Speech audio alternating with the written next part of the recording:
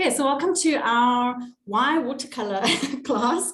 So it's a really good question. A lot of people have told us they've done oils and acrylics and they're scared of watercolor. I'm scared. It's like, okay, it's how I used to think, oh, watercolors for old ladies and it's wishy-washy. And one day when I'm old and retired and drinking my food through a straw, I'll start doing watercolor flowers, and, and that's kind of, I never really thought about it too much until I met Elaine. I was like, oh my gosh, I can actually do amazing looking things with watercolor, and no more, ideas about, I still can't do flowers very well, but I can do all sorts of other nice things that I've managed to do because I've, met Elaine and she's taught me how to do amazing things.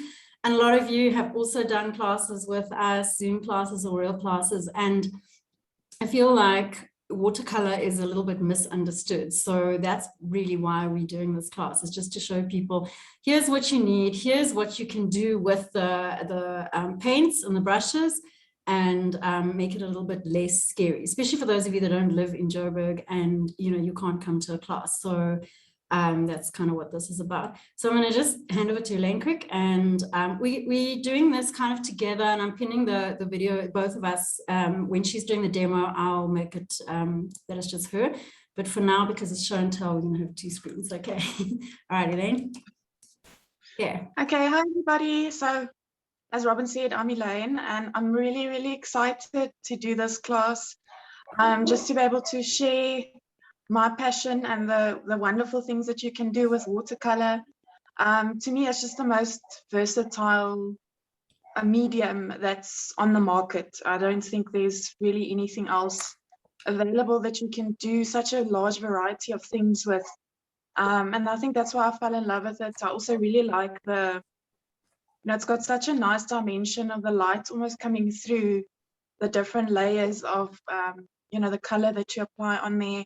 The process is really fun and easy and quick drying. So there's no wasting time of waiting for something to dry for 2 days and then carrying on. So, if you just want to sit and have fun and do something amazing, that's what you can do with watercolor.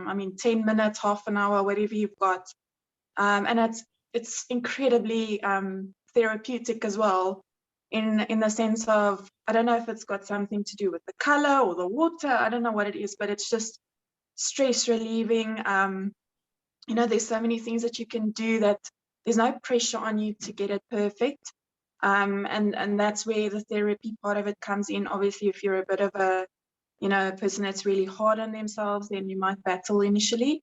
But the minute you let go and you just go with the flow and you just let the water do the work for you, it's a lot of fun. So I hope you guys enjoy what we're going to show you today. My table is packed with all sorts of things. So as Robyn said, I hope we don't go too much over time. I think we probably will today, but a lot of information that I want to share with you and things that I want to show you. So we probably will slightly go over time, which is fun as well. So that's it for me for now. I think we don't mind. Hello? Hello. No, I was just saying we don't mind if you go over time. Oh, great. So. Okay. Yeah. Well, if you've done a class with me, I talk lots, so we have lots to show you. So yeah. So I think we just kind of go through. Yeah.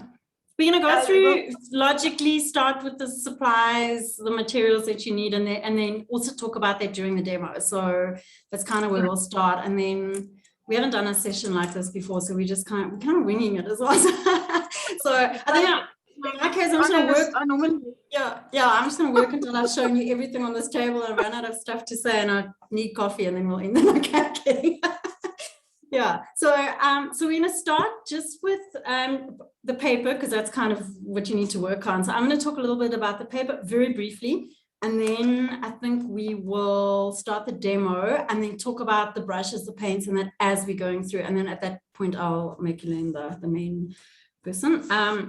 Just with the paper, there's a lot of confusion about what gram weight of paper. So with paper, with any paper, whether I'm teaching brush lettering and doing, marker paper or Bristol or whatever it is, or you're working with printer paper and you look at the gram weight is important when it comes to watercolor. It's the thickness of the paper. But when you buy a pad of paper and you look at it and it says, like this one says 300 grams on it, like what does that mean? So the gram weight, and this goes for any paper, is the weight of, and it's GSM, which is grams per square meters. So when you look at a sheet of paper and you take, so I've got watercolor paper here, different thicknesses, and you look at the paper. This one is a 300 gram. It looks thicker. You can see it's got a lot more, like it's not as floppy as these other ones. Here is a sheet that is 140 grams. This is really, really thin. So it's kind of obvious that if you're using a thinner paper, it's not going to be as sturdy and hold the paint and the water in that as much as a thicker paper. But at the same time, you walk into somewhere like P&A and you think, oh my gosh, there's all these different brands, all these different sizes. So is 140 okay? Is 200 okay? Do I need to go higher? We work up to 300. I've met watercolor artists who will work on 400 or 500 gram paper, which I didn't know you can get, but anyway, apparently you can. So, you know, and then there's canvas, and people ask, they send me messages, can I use my canvas pad? You know, you get pads of canvas sheet. It looks almost like this, but it's a canvas sheet. Can I use that for watercolor? Apparently the answer is no. Elaine can explain that now. And also canvases themselves. Like, you know, you walk into somewhere like Herbert Evans, oh my gosh, and they've got all these beautiful canvases and they look so amazing and so full of potential. You can't use those for watercolor. So when you're doing watercolor, what you're wanting to know about is the gram weight, and also do you go for hot pressed or cold pressed. So if you look at this one, this is a 300 gram. It has a nice amount of give. When you paint on this, it's not going to go like this. So if you paint on this thin paper, and if all you've got is 140, it's absolutely fine to start with, but you'll see how it buckles. As you wet it and it dries, the whole thing twists like that. So you can get away with that by taping it down onto your desk so that it's a little bit flatter, but it is quite thin. So if you're doing a nice picture and you're working with that, it's not going to be great. 200 gram is a little bit better, but not ideal. So 300 is nice. And when we do real workshops together where we actually give you the paper, we'll give you 140 or 200 to practice your brush strokes, and we'll give you 300 to paint on. So if you're a complete beginner and you walk into a place like P&A or an art shop, and then you see all these, and I've got some pads, these are all the ones that I sell. So you will see, for instance, this one with the lady on, that's quite a popular one, or quite a common one. So these ones are, most people know those, and often people send me photos, I bought this, is it okay? So this is the I'm not sure if you said Amadeo or Amedio, I've heard it both ways, but it's it says on here mixed media pad, and when you open it up, it actually feels like watercolor. So it says mixed media, and it says pen and ink, charcoal, collage, pencil, pastel, Conti, acrylic, and watercolor. So paper like that, it's versatile, you can do different things on. So those are great just for starting off.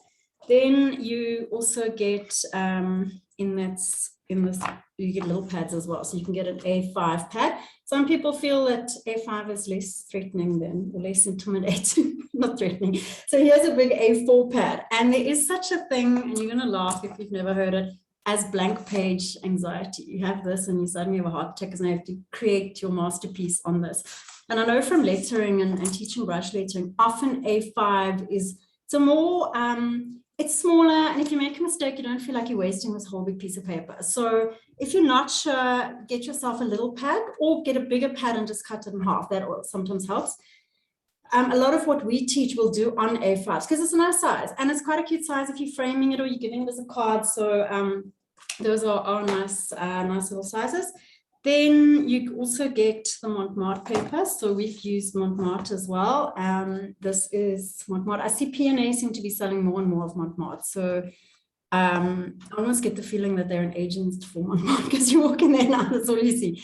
So again, it's actually quite frustrating because now I can't get anything else. Yeah, you can't get other brands. And P&A, and I'm not kidding, every time I go in there, it's like, wow, more and more Montmartre. I couldn't find Koi brush pens the other day. It feels like they don't sell them, they only sell Montmartre. So it is a little frustrating. If you're ordering online and you're wanting to buy pads online, I'm not sure if the brand really makes too much difference, you know, if you're just starting out, but your gram weight then is more important. So this is 300, and it just has a different feel to the one I showed you just now. It's what they call, this one says on here, what does it say? Somewhere, yeah, rough tooth. So in case you're wondering what tooth, it actually says it on here, rough tooth. And when you look at this pad, it says on a German paper, which immediately sounds extra fancy because, you know, German, anything sounds good. So this one, you obviously can't see it in this video, but it's a rough tooth. So the tooth is how contoured, or how it's almost like ripples on here. It's an indentation, or they emboss it when they make the paper. So the rougher the tooth, the more water it'll hold, because when you're working with water, obviously the water settles into the paper. So this paper is quite nice to work on. This particular brand, they do a 180 as well, which is actually not a bad paper. But again, if you're wanting to do nice paintings, I would go with the 300, because this is quite soft. Okay.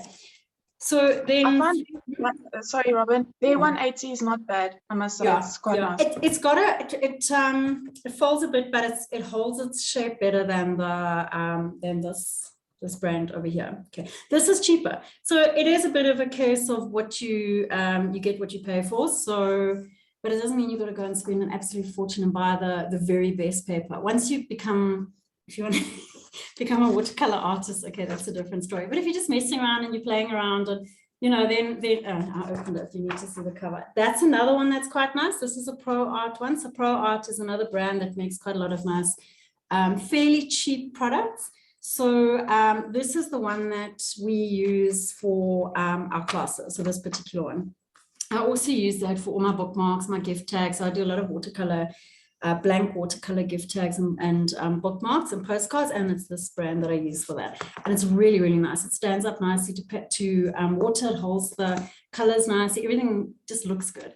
So that's the papers. Just in terms of the GSM, if you want to know exactly what that means, what it basically means is if you take a square meter of this paper and you lay it out, a square meter of printer paper, a square meter of newspaper, any paper, cardboard, whatever it is, and you weigh that square meter on a big scale. This thicker one is going to weigh 300 grams for that square meter. This thinner one will weigh 140 grams for that square meter. So that's what that means. And if you think of printer paper, it's 80 GSM, so that's quite thin. 140 is then moving up, and then when you get to 300, and this goes for any paper, 300 has a nice feel to it. If you can, and the pad is open, sometimes they're sealed in plastic, and you can feel the paper. You'll feel that before you buy it. And also they're all different colors. Some of them are, I don't know if you can see here, this top one is the 300. It's a little bit whiter than this other one. I've lost my pads already. The Montmartre ones seem to be more yellow. So like this is a comparison here. I don't know if you can see that. The top one is the ProArt, the blue pad, and then this back one is the Montmartre one. So it's, when I say yellow, it's got more of a creamy yellowy color to it. So if that's important to you, then look at the paper if you can. But certainly I found that this one seems to be the whiter one. And we're talking about cheap pads here. I mean, you can get nice, expensive Canson, all sorts of fancy pads, but certainly for beginners, these brands I'm showing you now are perfect. Just in terms of the paper that's not really suitable for watercolor, Bristol, which is, just find my pads. So I'm trying not to drop everything. There's balancing act going on here. So the Bristol Canson Bristol is this one. This is a beautiful smooth paper which I use for lettering. So we used it also for the brush marker art class. And you get a Tombow Bristol as well. This is a 250 gram. This is a 180. So if you're wanting to do things with brush pens, water soluble brush pens, this is a nice paper to work on, but it's not suitable for watercolor. It's very, very smooth. Your water runs everywhere. It doesn't run on watercolor paper, and you'll just find it starts to break up. It's the correct word for it is pilling, where it pulls into little balls. To me, it just looks like wet toilet paper. Soggy toilet paper, but it's horrible. So this paper, although it's absolutely stunning for lettering, not suitable for watercolor. And just one other thing with the watercolor paper, you get round pads as well. You don't often see them, but that's how the round one looks. When you open it up, it actually looks like this, and it's got the you know, the top of a pad that it's like glue. It's got that on here. You also get bigger ones as well. So these round ones are really, really nice for doing wreaths, for doing anything where you're wanting a circular paper, or you're wanting to do a wreath and do some writing in the middle. These are really nice. You do get interesting shapes as well. You don't often see these. So if you're interested in these, I have a few of these, but if you find these online and you like the idea of a round one, buy them. They are automatically 300 gram. Don't get thinner ones. And then the last thing, those papers I've shown you now are all cold pressed, which means that they are rougher. If you look, it's nice buried under the other bit. If you look at hot press paper, the only one I happen to have is the Tombow one. So this pad here, it says it's aquarelle paper. Somewhere on here it'll say hot pressed.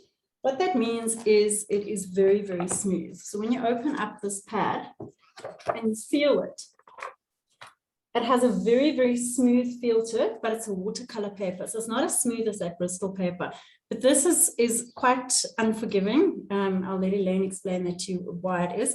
But it's extremely smooth. I think a lot of people who do very small paintings, all the miniature artists, they will use this paper because it's so tiny. And this kind of pad, when I got it, I thought there was something wrong with it, but it's actually glued on both sides. So it's glued on this side and on that side. So with a pad like this and those round ones, you paint on here, so it's all nice and flat, and then you would take just a knife. It doesn't have to be a sharp knife, like even the back of a butter knife, just to pull that off, and then you've got your nice picture. Okay, so that is it for paper. I think, Elaine, just before you start with the demo, just explain about why you prefer cold press. So in lettering, it's the opposite. You're wanting smooth paper because your colors sit nicely. And if you look at that Bristol paper that I had, it's white, white, white. And it's super white. It actually reflects up through your brush pens, and it makes the colors more vibrant, but it's really smooth. Watercolor is kind of the opposite. That's the only way I can remember. Okay, so Elaine, you can just explain why you prefer cold pressed. Yeah. Okay. So like Robyn said, it really depends on the look that you want to go for and the effect that you want. But generally, with watercolor, it's better to go with the cold pressed because of the texture on the paper. It just holds the water better. It's very forgiving as well. So you don't have to have your blending and everything super perfect. Yeah, great for beginners. Yeah. And what I'm saying now is my personal opinion. There will be many people who will disagree with me, but I just find that the cold pressed, because of that smooth surface, you've got to be so precise in what you do to get it absolutely perfect, because it shows up all your mistakes. And again, that might not be the same for everybody, but there's obviously a reason why your cold pressed is the more popular one. I also really battled to find a hot pressed cold water watercolor paper. So yeah, the obviously the cold pressed is better. You also get different grades of texture. I don't know if you know that. That's that tooth thing, rough tooth, medium tooth, yeah. So yeah, it's how bumpy it is. Yeah, you get an extremely coarse one as well. So it can be cold pressed. You get smoother and then you get rougher.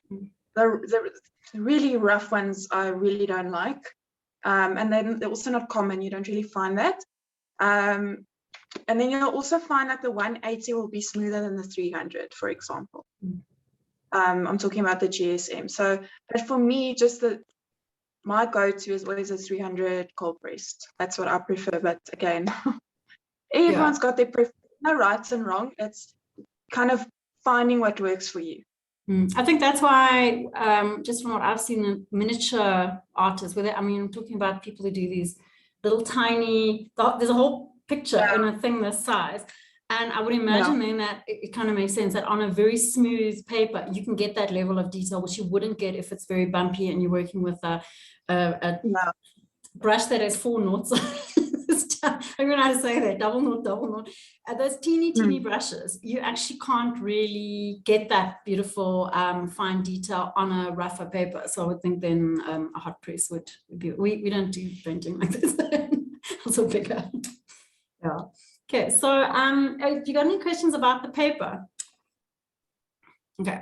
So when you go into P&A and you're standing in the aisle, like I stand at the Diskim aisle, it's the Diskim shampoo aisle. It's like meters wide, and I don't know what to buy because I'm so bad with hair stuff. Yeah, it's like that. You honestly are so confused. Just remember the GSM, or just make sure you've got my number and you can message me.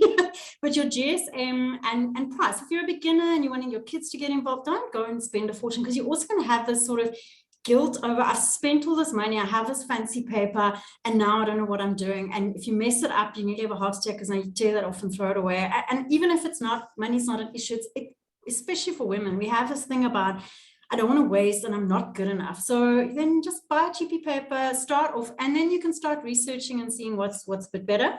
But it's no problem just to start with a really cheap one, mixed media or a watercolor one.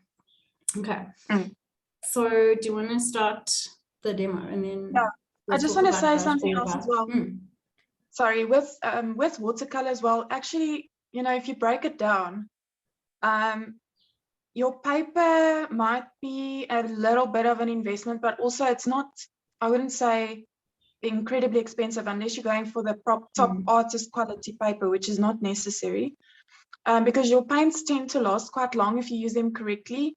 Your brushes you don't really need to replace, and yeah, so it's initially, maybe when you buy, you're gonna spend a little bit, but I don't find it to be an expensive hobby. Sorry, Robyn, like brushes. Brush shading, you actually technically, listen to me, only need one brush pen for all of you pen addicts out there, but I mean, who can resist? You have to have them all, right? But just in terms of cost, because you might think of what does expensive mean? A pad like this, which is certainly not like a super, you know, fancy pick. Canson's a good brand. I think there's all sorts of good brands. This is like a cheapie brand. This is the 300 pad. There are 10 sheets on here. This would go for probably somewhere around about 110, 120 Rand, which when you break that down per sheet would work out, depending, obviously, and you can take your price and divide it by the number of sheets. So with a 300 grand, you're going to have less sheets on your pad, but it would still work out about 10 or 12 Rand a pad, depending on how much you've paid.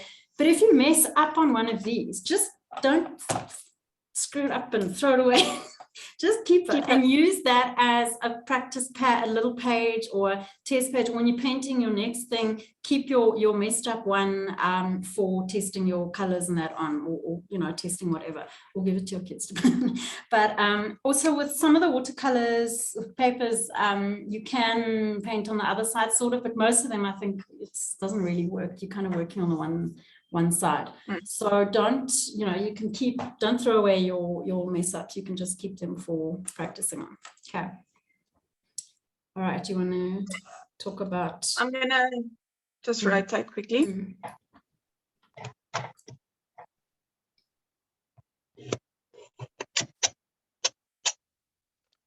Do you want to just show the different things? I'm going to stay on your screen for now because I've got different things here. I'll just hold them up as Elaine's talking about them. Yeah, you can show what you've got, and then okay, so there's a lot going on here. I'm going to kind of start at one end and work through. Yeah, if I miss anything, I'll just come back to it. So basic things that you need, obviously, for watercolor: paint brushes, watercolor paint, palette, water, and for those of you that don't know what that looks like, here's some water. The water just needs to be in a jar. And tissue, please, toilet paper. Because a number of times I've sat down here to do a Zoom class with Elaine and it's like, I forgot that part. That's probably the most important part. I always forget that. Yeah. Murphy's Law, if you don't have it with you, you'll spill your water. So, and then pallets, just as an example, here's two different kinds. This is a round one, this is a rectangle. The main difference here is this has 6 little holes and this has more holes. It's really not, you know, and they're cheap. I think these are 20 something Rand, these are about 15 Rand. So that's what a basic palette would look like. And then brushes. Okay, so Elaine's going to pretend she uses all of those. She actually only uses that one. She does everything. It's so annoying. Even the finest line, she'll use that big thick one on. Yeah. One of the kind of brushes that we use in the class is Robyn's got there with her. I don't have it with me because I don't use it, so we just leave it there. And but I'll get to that right at the end because that's not a very common brush. The fan Okay, one. so yeah, the fan one. Okay, so for watercolor, technically, in my opinion, you only need one brush, but that's me. A lot of people will disagree. So I'm going to show you. I paint my whole entire painting with this brush. It's a size 14. It's quite bulky, but it's got the round tip. And when I demo, I'll show you what I mean with that. But you get different sizes. If you look on the brush, it will show you. And it's, you know, different brands don't assume that the sizes are always the same. They might be slightly different. They're not. It's very, very annoying. So yeah. So these are also Montmartre. Like I said, I really battle to find anything else in P&A these days. And sometimes you don't want to order online. You just want to go and get what you want to get. So these are all Montmartre. I think they came in a set. And it's got a small round one and a larger round one, which is quite nice to start off with. The flats, I see a lot of artists will do what I do with the round, and they do a lot of their painting with a flat brush. You see it's got quite a nice kind of... I've got different size ones as here. So you'll get, like, this is a size 8. It's an artboard one. I've got a size 20 here. I just happen to have them. We don't actually, these are our shop, ones from our shop, but they go right up to, here's a size 30. It's huge. So again, it depends what you want to do with it. We don't use those in the classes, in our Zoom classes. We just mostly use a round brush. Yeah. So the big one, the big flat one that you had there is quite nice for wetting the page, which I'll also explain. But that almost looks nice like a basting brush. Yes. It's well, huge. You're going to baste your paper with that. So yeah. So if you want to cover a big space, this kind of brush is nice. You're going to take forever if you've got a little brush like this and you're trying to wet your paper. So and obviously they are more expensive the bigger they get. But again, you don't have to spend an absolute fortune. Just with the brushes, when it comes to different brands, Elaine's right, there are different sizes, and it is extremely annoying because, you know, that's why we just say when you do a Zoom class with us, a round brush, because if I had to say a size 8 or a size whatever, it gets stressful for people because they go to the shops and then everything looks different, or they have a brush that's different to the one we've got. So like Dala, for instance, Dala Gold. So Elaine went to P&A, so the Montmartre ones are P&A. These ones are from Herbert Evans. So this Dala Gold one, it's one of the ones I sell. They're cheap. I can't even remember what this costs, but it's really cheap, like 30 Rand or something like that. So in that one, here is a 10. Then this is a no-name brand. Oh, it's a ProArt one. So that's also a 10. You can see how different those the brushes are in terms of size. And then I have got, I don't have another 10 here, but you can just see, for instance, that the Dala one, and these are both ones from the workshop. So these are not brand new. They're ones that have been used a fair amount. And yet this ProArt one still looks much wider at the top than the Dala one. So Dala, I'm not sure about, I think ProArt's also South African. Dala is South African. They're a Cape Town company. Then there is the artboard Taclon, and Taclon, just by the way, if you see the word Taclon, you think, oh my word, I don't know what that means. There's another weird term. Taclon is a synthetic fiber. So traditionally, brushes, you know, going back hundreds of years, brushes have always been made with animal hair. So nowadays, a lot of companies will use synthetic hair. So Taclon, and if you want to see it, like that's a Taclon, this would be the golden Taclon. It's a brand name. Taclon is a brand name of the fiber, but a lot of companies will use Taclon in their brushes. So one of the benefits of the Taclon is that first of all, you don't have to, you'll see on the Elaine screen that actually it's a word, T-A-K-L-O-N.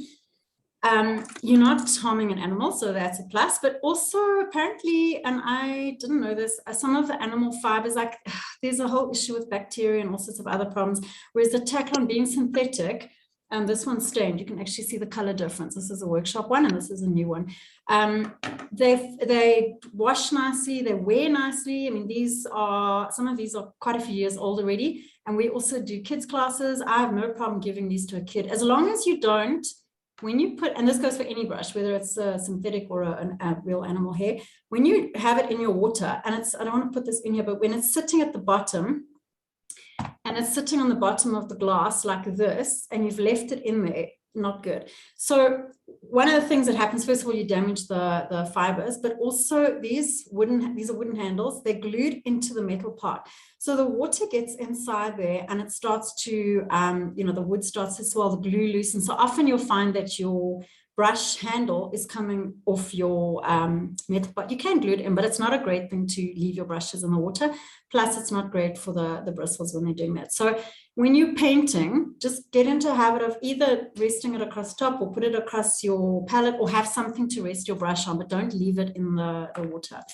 The Taclon, I'm not sure if there's a lot of other brands of the fibers, but that is also much cheaper than buying a squirrel hair brush or I mean, it sounds quite barbaric that you would have, what are these, cat hair and squirrel, I mean, it's also so weird, weird things that you get, but the synthetic ones are absolutely fine. The very cheap brushes that people have bought, some of my students have said to me, oh, I've bought these cheap brushes, will they be fine for the workshop? And then after, also, well, you know, give it a try if it's a Zoom class and they don't have an option of getting a different brush.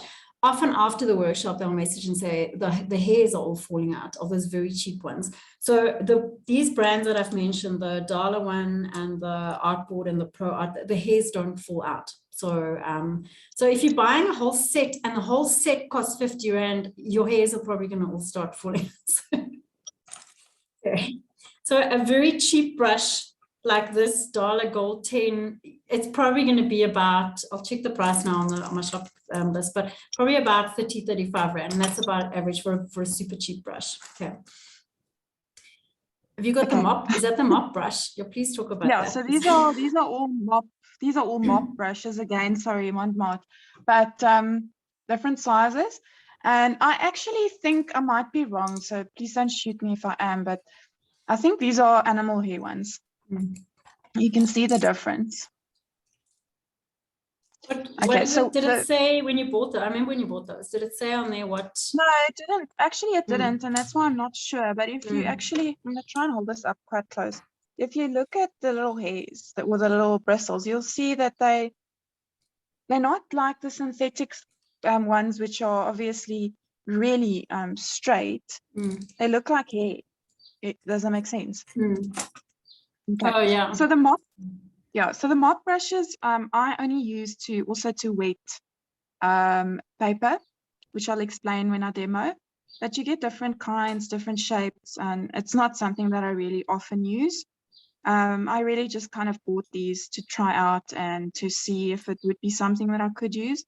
But they're very soft. It's very difficult to paint with them unless if you're doing, like I said, a large textured area or, you know, wetting the page or something like that. So I kind of always have my go-to brush, which is this one. Okay. Then I just want to quickly go back to the round tip. I just want to explain why we use those. So the round tip brushes have got a very thin point, which allows you to do details. And then when you press on the brush, you get more of a thicker line, which I'll also demonstrate just now. So that's why these are nice, because they're quite versatile and you can do different things with them. The other option as well, this is called a water brush, and it's got a, what would you call this? Like almost like a reservoir. It's a built-in reservoir. So you'll fill this up with water, and it's quite nice if you're traveling and you want to take your stuff with you, and you're not going to be able to kind of get any, you know, glass container or anything to paint with. And then you can use this. I do fill mine with water, but I generally, when I use it, I just use it as a paintbrush because I'm so used to dipping in the glass. But they are nice for beginners as well if you don't want to invest in brushes, if you just want to have something versatile, because obviously this you can do lots of different things with, lettering and, you know, all sorts of things. So this is quite a nice one to have as well. But you'll see also I don't use it very much.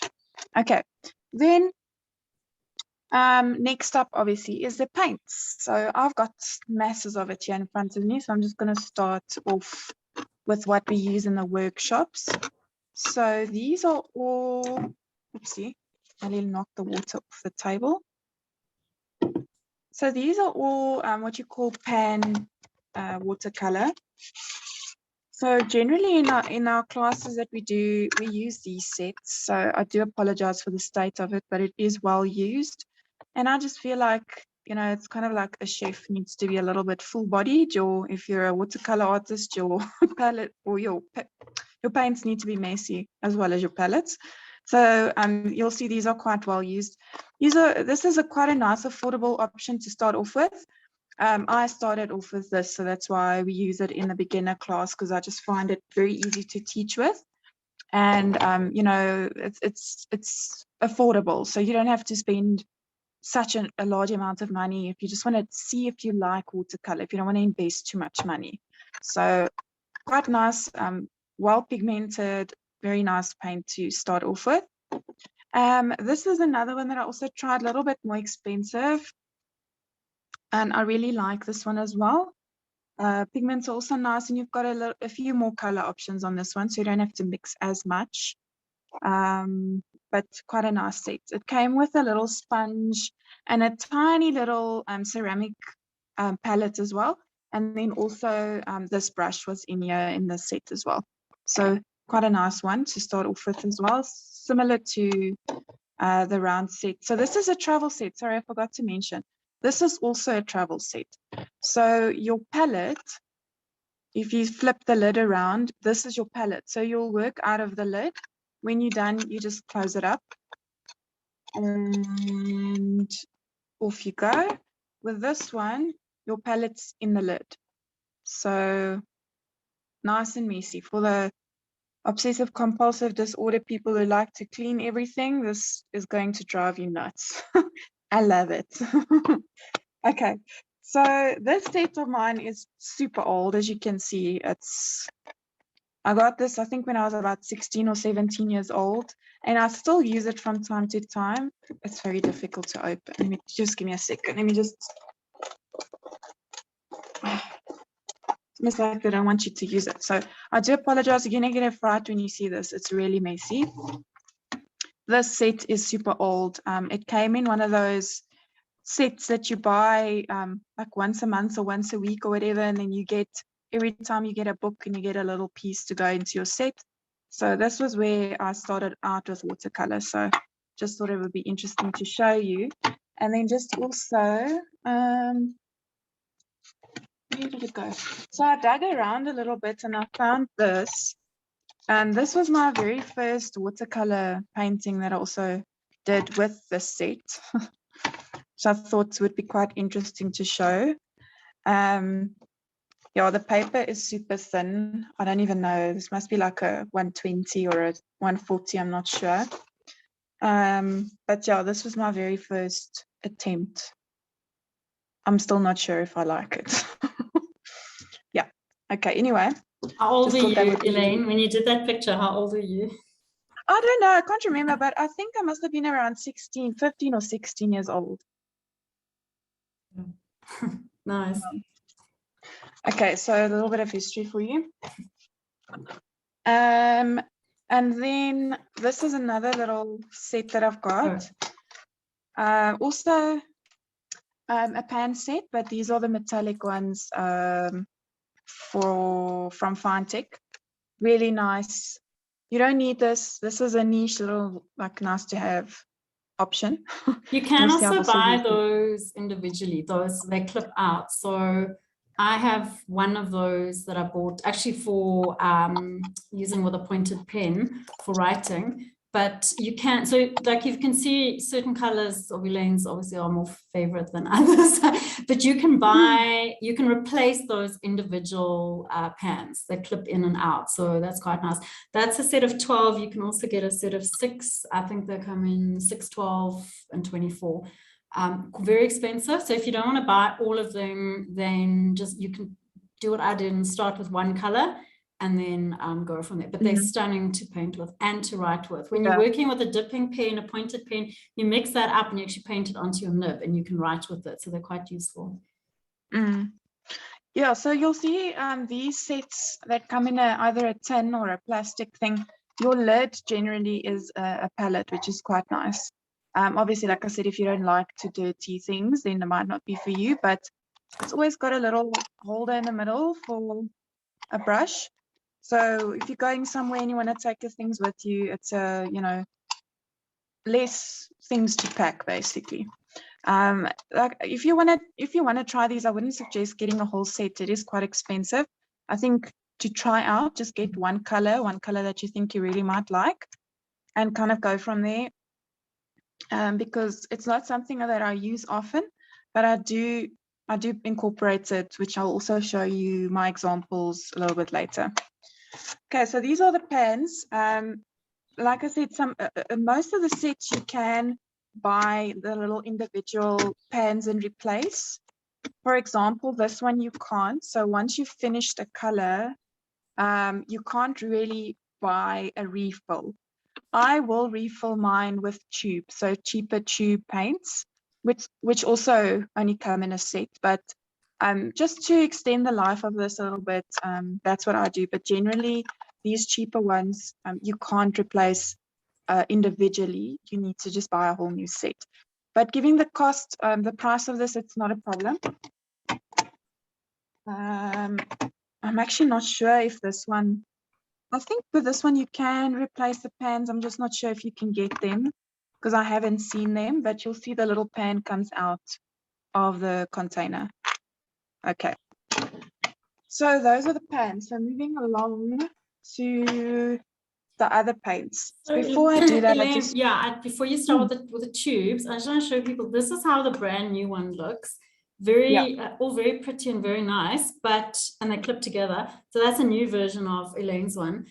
But they're pressed in. And sometimes what happens is when you buy these and you start working with them, you feel, the color's not coming off nicely. You almost have to work them a little bit with your brush and some water. I don't know if I don't think they put a coating on. I think just because it's so compressed that, sometimes you buy it and you think, oh, I'm just going to start painting, and you're disappointed because it's not immediately giving you color. So just remember, just work it a little bit with some water, and then it should be fine. And these, just to put that in perspective cost wise, for 18 colors, where you've got I don't have enough hands. That's about 75 Rand. So if you're starting out, or you're buying for your kids, or you don't want to spend a lot of money, this is a perfect set because it does last quite long. And then when you've, like Elaine said, you just refill. If you've got one of these, this is a used one that's getting nice and empty, and you've got a tube set, you can just refill in there, let it dry, and you can carry on using it. Okay. So I'll quickly just demonstrate. So this is a Reeves tube that I've got. These are also not too expensive. Obviously, your tubes are always more expensive than your pans. And I wouldn't suggest starting out with tubes. I would suggest starting out with pans. It's a lot, oopsie. Okay, and then it does obviously have a little bit of a liquid in there just to preserve the paint. But so this is how I'd refill mine. That will dry, and then you'll use it as normal. But generally, it's if we only do this because we use it for workshops, but it's not needed. You can just, if you need to throw this away, it's not going to break the bank. Okay, so I'm going to just put this aside because now it's got wet paint in it. Okay, so with your watercolor paint, the same applies to the pans as well as the tubes. You've got different price classes, and it's not necessary to buy super expensive paint. If you're really going to get into it, then you can get really expensive paint. But to start off with, it's not necessary. But I will quickly show you. I do have different ones.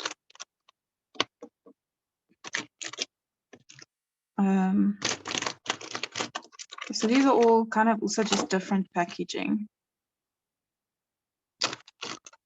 Okay, So tube-wise, you get the cheaper brands like the Reeves, and you'll see mine still got the old packaging, so they're not new. And I don't often use these. These are also things that I bought when I started out. Don't follow my example. Completely unnecessary to buy all these things, by the way. You don't need it, but I just needed to have everything. So, and also it was progressively bought. It wasn't all bought in one shot. Okay, so tube paints, these I would say type of brands all come in a 12-pack like this one, and they're not too expensive. Then you get tube paints, for example, like these are Winsor & Newton. These are actually entry-level professional paints. So you do get Winsor & Newton watercolor tubes, which are about 300 Rand a little tube like this. So these are the big, in their opinion, the starter paints in tubes. And these go for about 80, 85 at the moment per color. So they are quite expensive, compared to buying a set like this, which I'm not sure priced at the moment. These are a little bit cheaper than the Cotmans. These are Dale Rani, also very nice. I've got a couple of colors in these which I couldn't find in this range. So just for some, versatility. And like I said, I just wanted everything. So I ended up with a lot of things. So in terms of quality, obviously your tube paints are better, but you've really got to, kind of know what you're doing with the tubes. I wouldn't suggest practicing with them, because the thing is, once the tube's out, the paint's out the tube, it's out and you can't get it back. It's like toothpaste.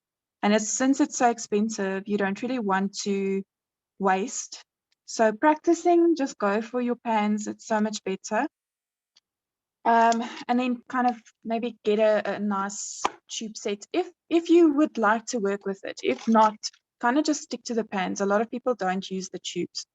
I only use my tubes if I'm doing a proper painting, but for workshops and things like that, I don't. And then I just want to also show you a different kind of watercolor medium. So these are called gouache paints.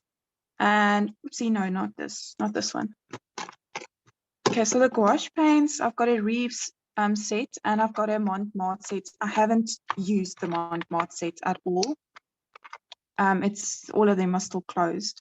So these are also considered watercolor mediums, but they are thicker and they are more pigmented. So they kind of give you a full coverage, whereas watercolor's got a transparency to it. So this is also something that you can maybe try. I always end up buying them and I never use them. I do want to, though, learn how to use them so that we can start doing the gouache workshops. But at the moment, I just want to show them to you. They are quite nice also if you want to just add a more pigmented detail, maybe to a watercolor painting. Sometimes I'll use the white, which I don't really do anymore. But yeah, these are, I just wanted to also show you that are considered watercolor medium as well. But you get a different effect. Okay.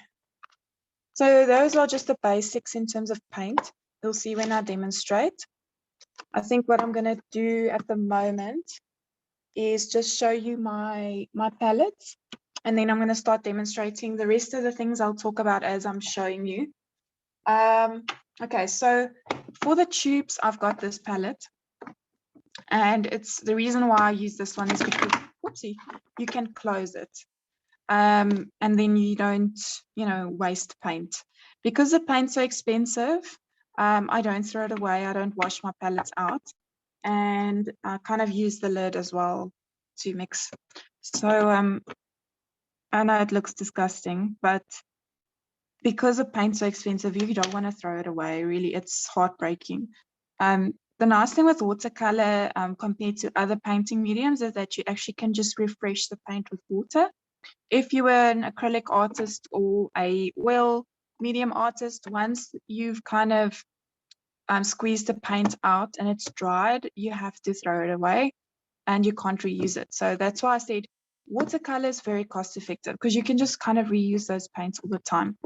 So this is, I would say, strictly for tube paints. If you want to use it for your pans, that's also fine. Plastic pallets, you get all sorts of shapes and sizes. This one's quite stained, but it's a plastic one. You get ceramic ones, which I really want one. I don't have one, but you get really nice ceramic ones, different shapes, different sizes, all of that sort of thing. The ceramic ones are lovely to work with. I've got this massive one as well, just full of dust. This is I just need to zoom out a bit. So this is a really big one. So if you're doing a large piece and you need a lot of colors and a lot of mixing, you can use this one. We'll see how I also didn't wash this because I'll just go back. If I'm using a green, I'll find a green patch and I'll just mix on that same space. So you don't need to wash the paint out. I know it looks gross, but yeah. Like I said, different shapes, different sizes, and you kind of just need to find something that works for you. Okay, so what I'm going to do now is I'm going to stop talking because I think you guys might be getting a bit bored, and I'll start with the demo and then explain as we go. Okay, so like I said, I work on the 300 gram. This is the Montmartre one. And what I do, just as a tip, is I use the large pad. So this is the A3. And it's a little bit more cost effective, and then I'll cut the sizes that I want. So if I want an A5, I end up with 4 pieces out of one sheet. I'll cut this in half and I'll have 2 A4s. So I always buy the A3, but obviously that's because I use a lot of paper. If you're not going to be using a lot of paper, just get a small pad. It's more than enough. Okay, so let me just grab a piece of this and then we can start.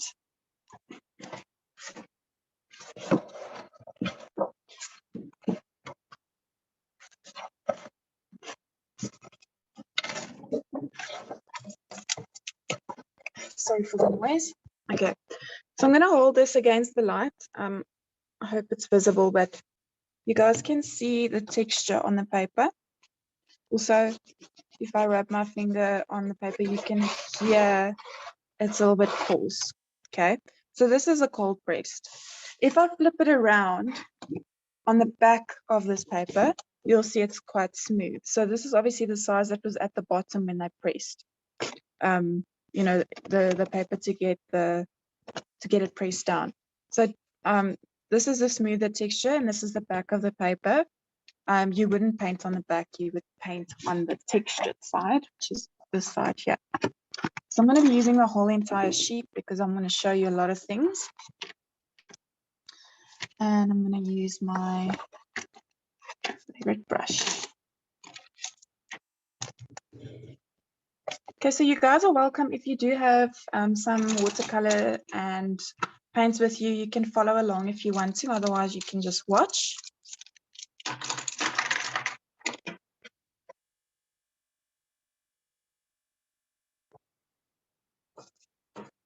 Okay, so water. I always teach people to have 2 containers of water.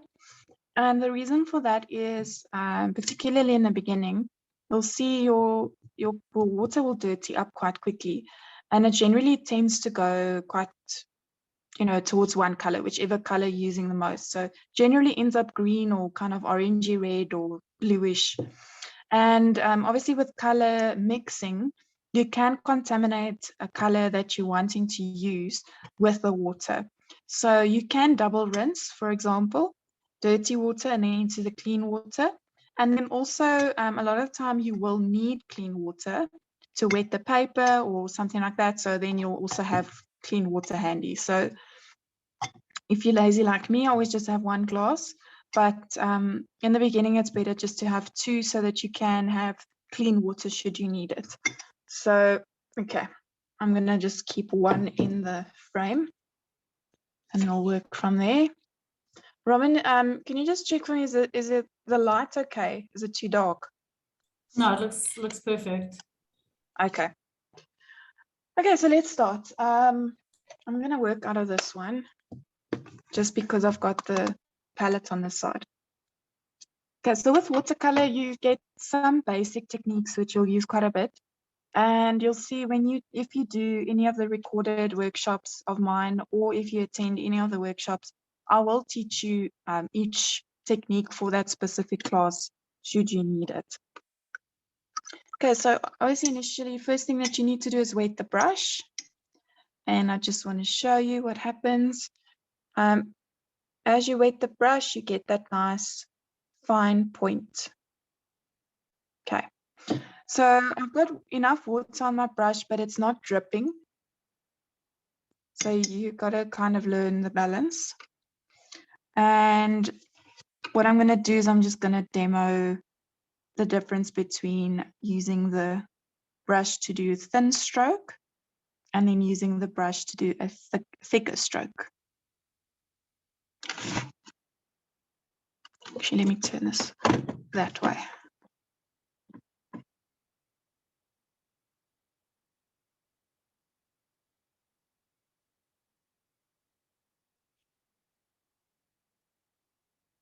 Okay, so once you've got your color, you'll take not most, but you need to just scrape the side of the brush for two reasons: to get the point on the tip, and then also to make sure that there's not too much liquid on your brush. Okay, so you need to have a very light hand when you work with a paintbrush. It's not like writing or drawing or something like that where you need to kind of work with your hand upright and pressing onto the tip. You need to have your hand at a bit of an angle and a really light hand, so don't press too hard. And then to do a thin line, you're going to have a thin, or not a thin pressure, a light hand, a light pressure. And with this thick brush, I can do quite a nice thin line. So you can practice, see how thin you can go. And this is just using the very tip of the brush.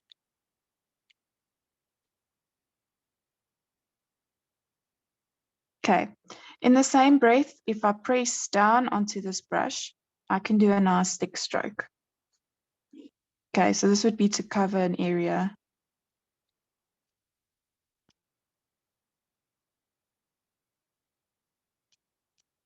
Okay, with watercolor as well, once you've put the color onto the paper, you leave it there.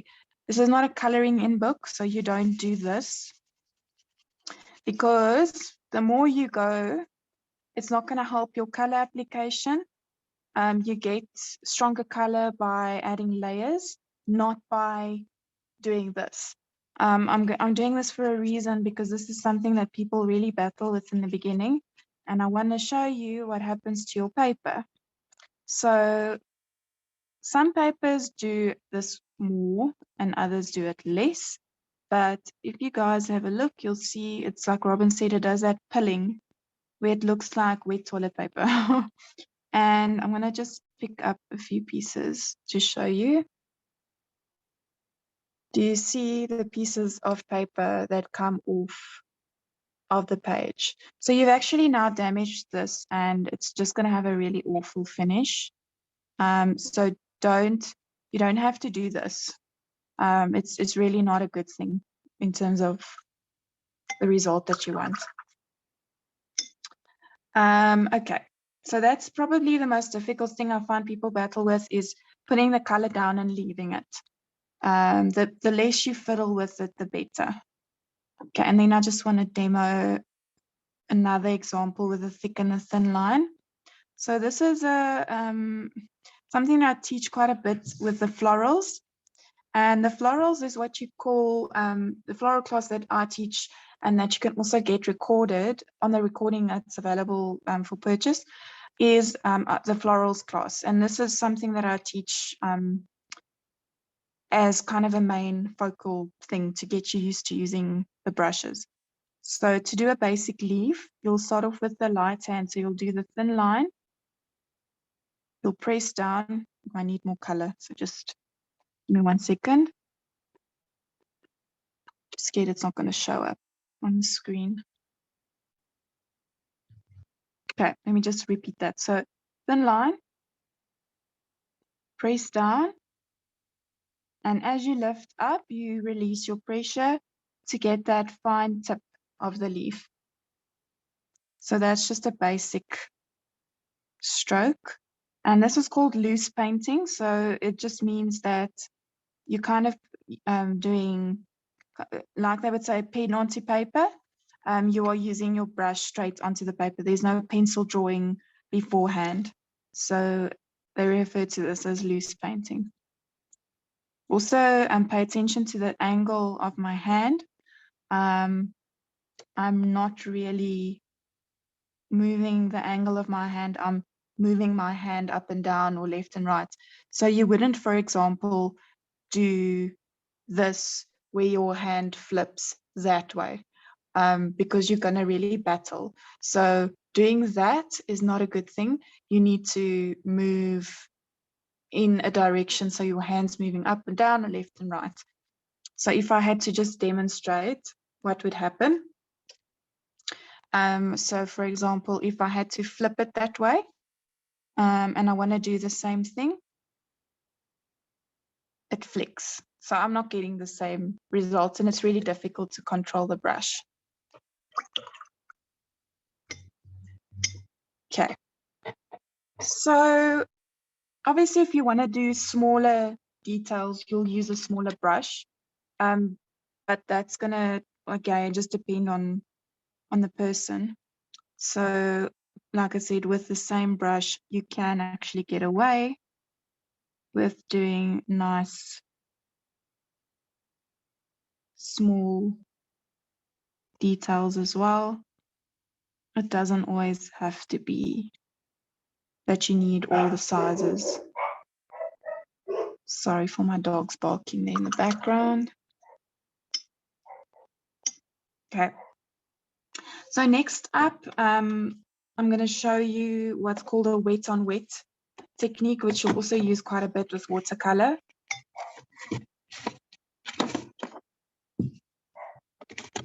Okay, so wet on wet, you can do two different ways. You can either do color on top of color, or you'll do color on top of wet paper. So this is quite nice for backgrounds, and you'll generally use this as your first layer, depending on the picture that you want to make. But just for demonstrating, so I'm going to wet a square of my paper. And when you do this, you need to have some light so that you can see, you know, the area that you have wet nicely. Also, your paper must be wet but not puddling, so don't like drop too much water on there. And you've got to work quite quickly because, you know, the paper, for one, absorbs some of the water. And with our dry air that we have here, it also, you know, evaporates. So this is color onto a wet page.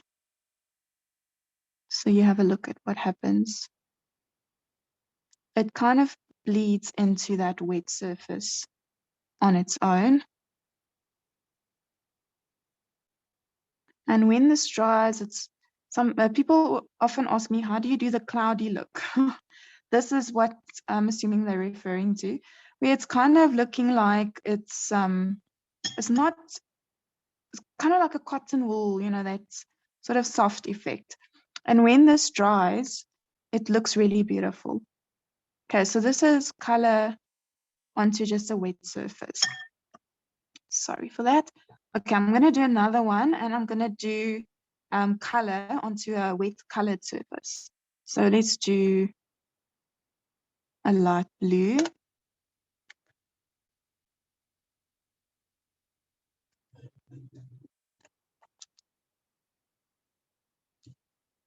Again, be careful of making a puddle. You want to have a wet surface, but you don't want to have a puddle. Puddles are horrible. They dry. They make hard lines on the outline of what you've painted, because obviously the water settles there and makes it really difficult. Also, once your paint is dried, you're not going to get the wet on wet effect, and it's going to be a bit difficult to fix. Okay, so that's a light blue. I'm going to drop the same color that I used over there, and you'll see what happens. This is a really fun thing to play with as well. We've got a lot of workshops which I'll show you some examples of, as an introduction that is nice to do, where it's kind of just playing with the water and playing with the color, and then, you know, making something fun and interesting out of that. So I've got a little bit of a puddling happening here, so I'm going to try and just sort that out without fiddling too much. And also when that dries, it's going to have a different effect to that. So you've kind of got a back and a top layer. Okay, so that's referred to as wet on wet, and you can keep going with this depending on what you're doing. So for example, if I add a little bit of this crimson color in here, as long as its surface is wet, you can keep going, you can do the wet on wet. So now I'm doing silly things right now, but it's just to explain kind of the theory behind it. And yeah, okay, so the other thing that you can do with wet on wet is you can actually just drip plain water onto a surface, a colored surface as well. So for example, I'm just gonna paint cover this section here. Sorry, I'm out of the frame a little bit. I'm going to clean off my brush and just have clean water and drip it onto that surface. And you'll get that sort of textured effect as well. You can also get a similar effect with coarse salt. It's not something that I've ever done, but I have seen people do that. To get that sort of texture, you can sprinkle coarse salt onto the wet surface. And when it's dry, you just brush it off. But it gives you a similar effect to this. It's just less effort, I think. Okay, so those are basic techniques that you can try. Another thing that you can do to kind of create texture is to use your tissue. So the tissue, you've got a couple of uses for. Main one is going to be for saving yourself. So for example, if you've dropped paint somewhere by accident and it's still wet, you can get rid of it. So I'm just going to give you an example. So for example, you're painting and you're not paying attention, or your child calls you, or something strange happens and you accidentally put paint down where it's not supposed to be. While it's still wet, if you just kind of wet that area, use your tissue and press down, it will lift up most of the color. You can then paint over that and you won't see it anymore. Generally, if you go back one more time, it will lift off all of the color. So that's just a little tip. And then another thing that you can do with this is use it for texture. So for example, to do a sky, my paper is so big that I don't have space. Okay, so we're going to do a little bit of a wash. This is called a wash, where you just cover an area with color very lightly. And whilst that paint is still wet, you can kind of scrunch up your tissue and use that to suck up some of the color. So you're going to be quite strategic with this, because you want to have a bit of a cloudy sky, not too much. Just going to hold that up so it's a little bit more clear. So you guys can see that it's lifted off some of the color, and some of the color obviously stayed behind. Okay, so that's another way that you can use it. There's lots of different uses. Obviously, when that dries, it's going to be a lot more visible. Oh, the other use for tissue is to clean off your brush. So if you want to have a dry brush and you don't want to have any water on it, you'll need your tissue. You can also have just a piece of maybe face cloth or something like that. I see a lot of people also dry off their brushes with that. And another way to also lift off is with a dry brush. So I'm going to give you just another quick example. So same thing, you've got a painted surface,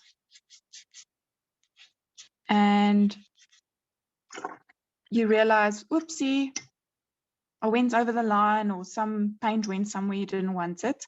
but it's too small of an area to pick up with a tissue, and you don't want to ruin what you've painted. So you can dry off your brush with the tissue. So it's obviously still damp, but it's dry. And then by placing the, see, my hand just went into there, my brush onto that surface, it will suck up some of the paint. It's also nice for creating texture and picking up. It's called lifting off. Okay, so you guys get the idea. So for example, nice for texture on a sky or something like that, but also quite useful if you've got too much paint or too much water, or whatever the case, you can just suck it up with your brush as well. So two ways to lift off. So either with a tissue or with your brush. Okay, the other thing that you can do is masking. Let me just flip my page around.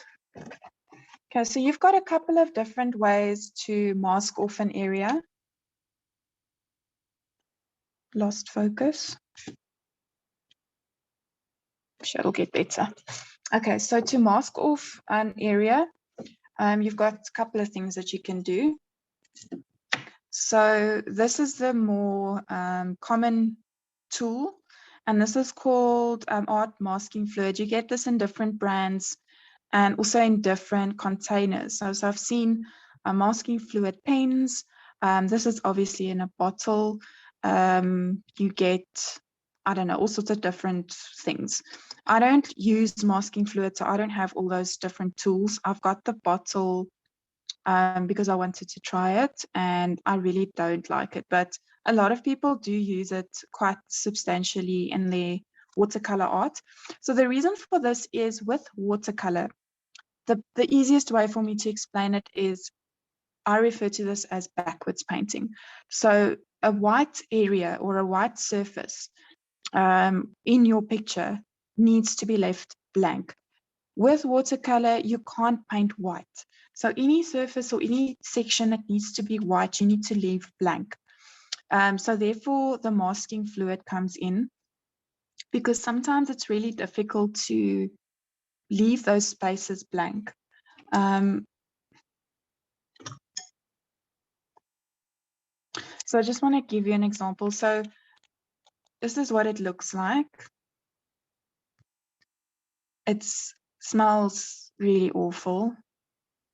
It's got a very chemical ammonia, fishy, weird smell. But anyway, so it's very thick in texture, and you'll use it with a normal paintbrush. So for example, you want to mask out a word or just a small section that you don't want to paint. You will, the thing is why I don't like it is because it's so thick. The pens, I believe, are better, but I've never really tried them. So you've got to be quite specific with what you do. So that would be, for example, an area that I've now masked off, but this needs to dry before you can paint over that. This you just rinse in your water. So don't let it dry on the brush because it will ruin your brush completely. So just make sure that you rinse it off and then carry on. Make sure you close this as well because all of that will dry in there. Okay, so we've got to leave that to dry. You'll see when it dries, it kind of goes see-through, and we can then paint over it. Once our paint has dried fully, you can then peel off the masking tape. Be sure to wait at least an hour, because remember, your paper absorbs a lot of the water. And if you do peel this off while there is some moisture in the paper, although your surface might feel dry, inside the paper there is some water. So you will actually damage the paper and rip it. So make sure that this dries properly before you peel it off. The other thing for masking that I use quite often is masking tape. So you get different thickness. This is normal industrial style masking tape. You get washi tape as well, which is fun to use. And you also get proper artist painter's tape, which is very expensive. The masking tape is fine to use. I figured out how to get it off the paper without ripping. So 2 things that you've got to do. You've got to make sure that your picture's dried properly for, I'd say, again, at least an hour before you try and remove this. The other thing that I now do is I heat my area that's got the masking tape. I heat it up with the hairdryer, and then it kind of actually starts peeling off on its own, and you can then safely remove it without ripping your paper. So for the same reason, the paper absorbs moisture, and if you do peel this off, it will then rip the page. Although it's not sticky or super sticky like sellotape would be, with the wetness on the page, it will rip. So I'm just going to give you a basic demo. So I want to mask off an area. I will just put my tape down.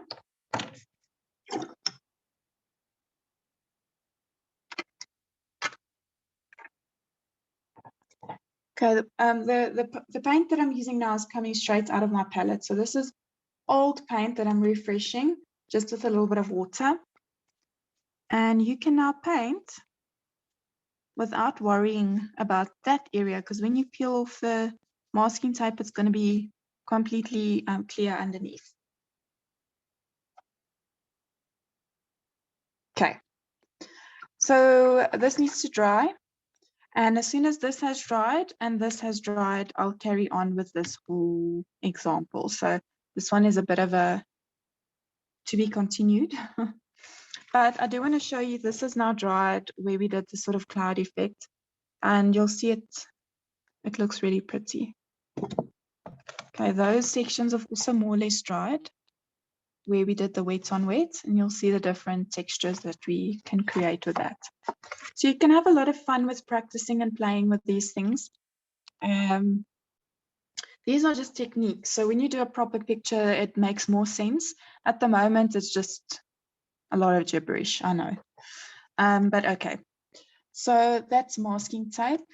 Let me think of, okay, so the next thing that I can show you is how you would seal off a painting. So once you've completely finished painting something, how you could seal it off. And this is not necessary, but you can do it if you want to. So you get something called artist fixative. And I generally go for the matte finish, because with watercolor, your paper is matte, your finish is matte, and if you're gonna go and put something glossy over that, it's just not gonna look like watercolor anymore. But that's my personal opinion. So this is just a clear protective spray that you can paint over a lot of different mediums to set it. The main purpose that I find they use this for is pastel. You know, they get that sort of powdery pastel, and then also charcoal, so that it doesn't smear. But a lot of people also use it to cover a watercolor picture, just to preserve it and make sure that it stays nice for longer. The other thing that I also have, which I've only used once, this is a quite expensive watercolor varnish. This has a glossy finish. That's why I don't really like it too much. But I suppose if you want that look, you can do it. It smells like kind of, I can't remember, let me just smell it. Yeah, it's also got a very chemical smell, and it's a clear liquid that you have to paint with quite a thick brush, and it will coat quite a thick coat onto your paper. It needs to dry. It does actually dry quite quickly, but your brush, you need to just wash in you know, like a turpentine or something like that, because this is it's a different, it's not water medium, it's a sealant. So you know, you need to have a separate brush for this. Okay, so those are finishing mediums. Another thing that we use quite a lot, especially in the workshops, is a little bit of a cheat. Not really, there's no right and wrong, but remember I said that we can't paint white areas with watercolor. But now sometimes you need to do a small fine detail. And how are you supposed to leave that blank? Quite honestly, it's very difficult. So we've got a couple of things that we do. The most general one is the white gel pen. This is a Signo Uniball one. You get lots of different brands. This is the Pentel. I don't like this pen. I'll just tell you, I don't like it, but this one's quite nice. The Signo Uniball, and I'm going to show you on my finger. You get quite a nice white coverage with this. So, for example, you've just got thin highlights on an area that you want to put on there. You can use this, and I just need to find somewhere you're going to be able to see it. Okay, so I'll hold it up. But now once, obviously your paper's got to be fully dry. Do you see the nice thin white lines that we can now do with the white gel pen? So any texture that you want to add, highlights that you want to add afterwards as a finishing touch, you can just use a white gel pen. Another thing that you can do that with is the gouache. So remember I said that this is also a watercolor medium, and it's just a thicker consistency and it's more pigmented. So you can use this diluted with a little bit of water and a paintbrush to also add a little bit of a white detail. The other thing that we also use is the bleed proof white from Dr. P.H. Martin's, and this is really lovely. You'll see I generally use this now. Whereas before I used to just use the pen. I still use both, it depends on what I'm doing, but this is really lovely because you get a nice solid finish. So it's quite thick, and you'll then just put this into a palette.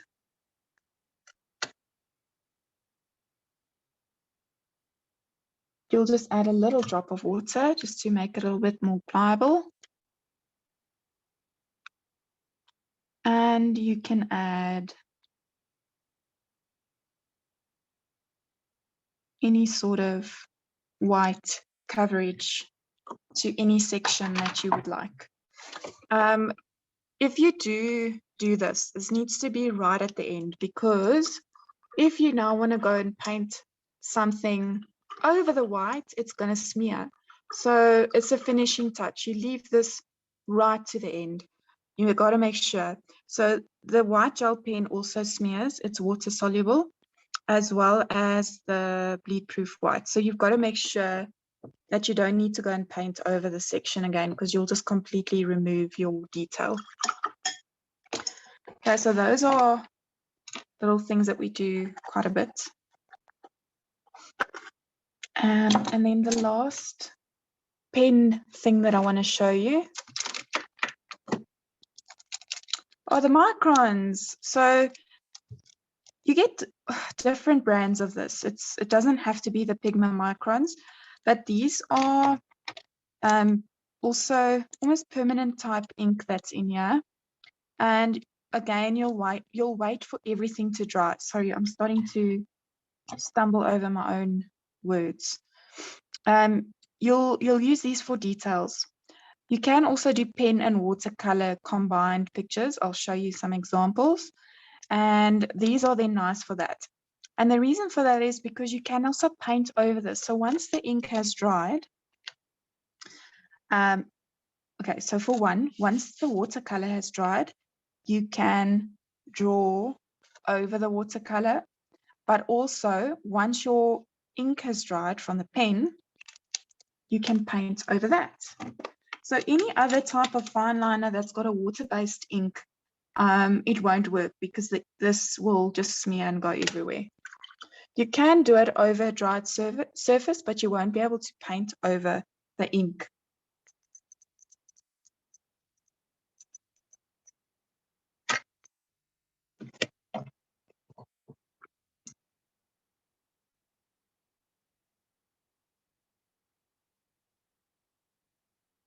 because I might be going a bit too soon. You would generally wait a bit longer, but I just want to show you the ink. My pen stays exactly where it was. It's not kind of smearing or diluting or bleeding into the water. So that's what's nice about these microns, and we use them in the workshops quite a bit. You'll see. Okay, so in terms of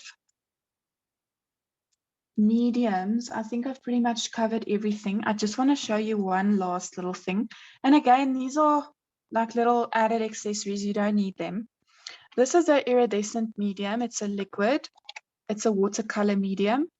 And you can mix this into watercolor paint, or you can use it over something that you've done to give you a beautiful iridescent effect. And it's very subtle. It's really very soft. So if you want to go for something a little bit harder, you can also add a water-based ink, or those other paints that I showed you, the fine ticks. So just for that sort of, this is more metallic, pearly sort of finish, and this is just a very soft, iridescent finish. So let me quickly show you. This is a liquid.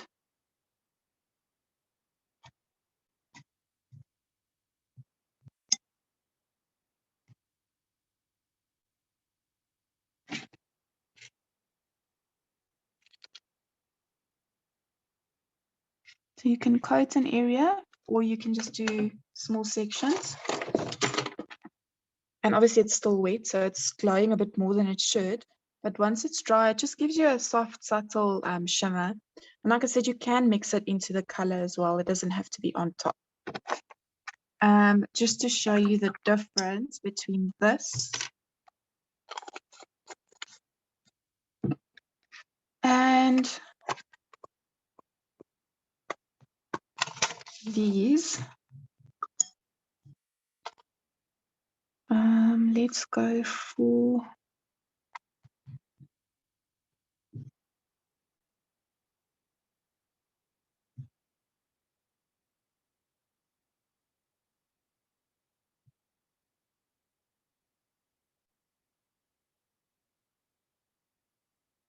so with these, you've got to kind of just work the pigment a little bit, otherwise it comes out very watery. But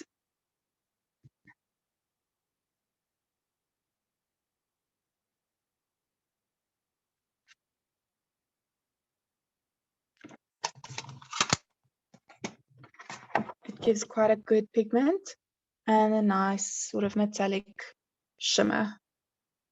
And I'll show you some pictures that I've done with this. It's really, really lovely. Okay, so I think I've pretty much covered all of the material things that I needed to show you. If I do come across something that I haven't shown you, I will just quickly cover that.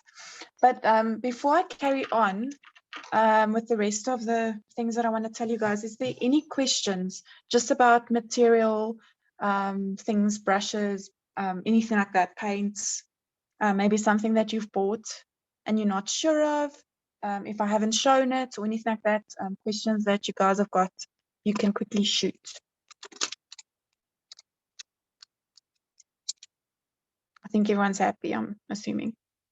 Yeah, okay. Just hold on one sec. I just want to, before you carry on, I just want to talk quickly about the whites and the fine liners. So the one that you showed, the white pen you showed, is the Uniball. If you can just get it back there. So that one you can, Uniball is a brand, and it's a Uniball Signo. That you can buy at P&A. The other nice ones are these ones, the jelly rolls. These are Sakura jelly rolls. Sakura is a brand that also makes the Pigma Microns. They also make the Koya brush pens. So these are really, really nice. They're kind of hard to find though. If you're getting the jelly rolls, you get 3 different sizes. There's a 0.5, a 0.8, and a 10, which is actually written, if you look on the little clip of the lid. So 0.5 is really thin. 0.8 is quite nice. The 10 is the nicest. So it's nice and thick to to add your white like Elaine was doing. Those are the only two brands that I would even recommend. So you get a lot of white gel pens. They're not all created equal. So, and these are not expensive. The ink is just really, really nice. So Jelly Roll, these guys actually invented gel ink. So they really know their stuff. They, if you're looking at the silver gel pens, you want to add a little bit of silver just in terms of a pen, not painting onto your picture. Uniball also do the silver, it says broad on here. It looks slightly different to the white pen. It's a really, really nice, it's a size 10, really nice, thick stroke that comes out. These are the ones I use for lettering as well. So if you're wanting to get into watercolor and brush lettering, these are great because you can use them for all different things.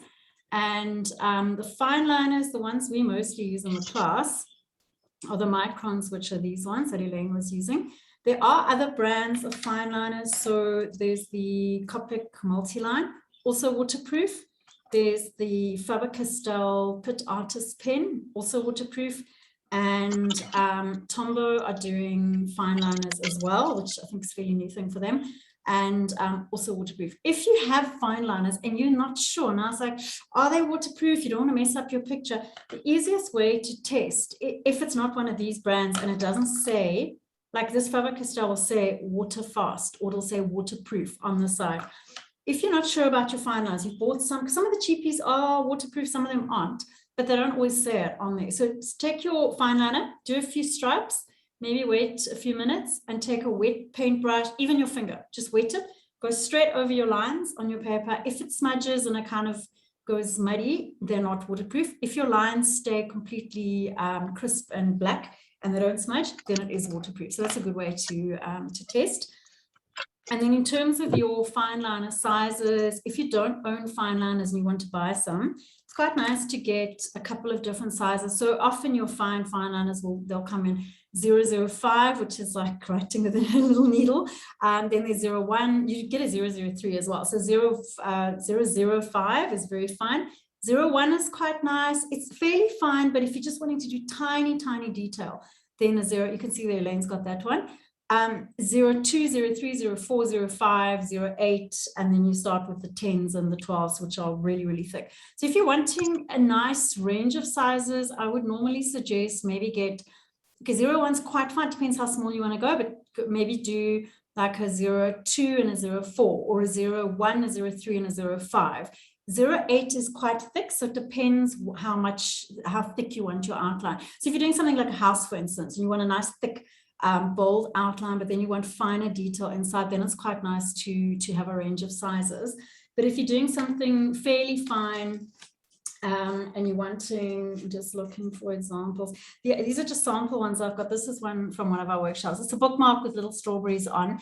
You don't want a great big thick black line outlining your strawberry. You want a really fine line. So this looks like a 01. So something like that, you'd use a nice fine line. But on something like, here's my samples. That's a lot of samples here. So this is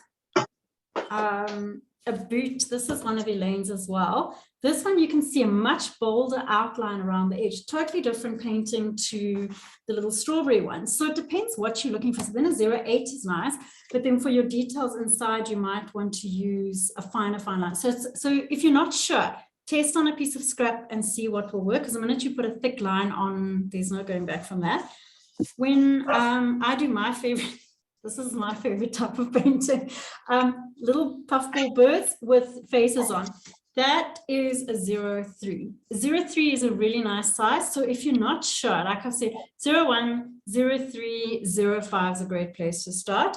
I'm quite traditional. I use black for everything, but you can use colors. You can do whatever you like. If you're not confident to do a thin black line initially and you want to paint it, but you're not sure, rather use a fine liner to start with, and then there's less risk of messing up your picture. And I think, and then the other things that I will sometimes use, I mostly use them for lettering, but you could, if you wanted to add a bit of gold and silver and you're not wanting to buy the fancy paints, these are paint pens. So a paint pen is, if you shake it, the little ball makes a noise, you can hear it. And it has a bullet end like this. So some of you will know these pens. Also P&A, these are pens that I sell for all different things. They're great for all sorts of lettering. But if you want to add a little bit of just a bit of gold shimmer, and you just do not like wanting to blow the bank and buy the fine text, you can add a little touch of this and just a little bit of gold or silver accent, especially if you're doing little flowers or it's Christmas, you want to add a little bit of sparkle. Those are really nice to play around. Also not very expensive, and they last forever. So none of these things that we're showing you are expensive. The fine liners, these microns are about 38 Rand a pen. The Copics are the most expensive that I've got. They're about 60 Rand a pen, but the pens last forever.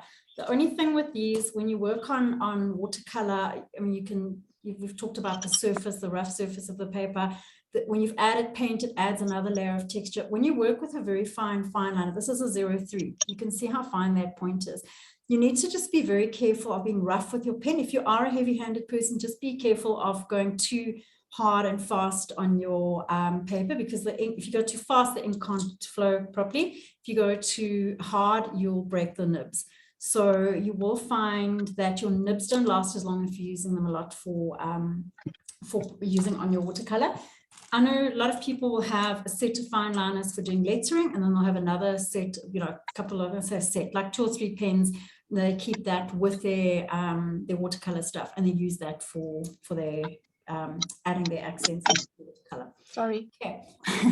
No, that's fine. And then the other thing you can do is if you are into doing dipping pens, so dipping pens would be where you've got that, I don't have one here, but it's a holder with a very pointed nib, and you dip into ink. You can use that as well. So if you quite like the idea of adding lines, or you want to write, like this is one I did with, it's a bookmark. I think Elaine painted she did the balloon, and then I did the writing. So that is outlined with a dipping pen and black wood. It's got to be waterproof ink. So don't take your fountain pen and try and work with that. It's not waterproof ink. And then you can outline. So this bookmark is done with it's happy birthday, and then the string is made, you know, it's done into the writing. So I've written with that and then outlined what Elaine painted. So you can combine your writing and your inks and all of that together. It just test first if you're not sure. Don't go straight into your nice picture with an unknown ink if you're not sure. Okay.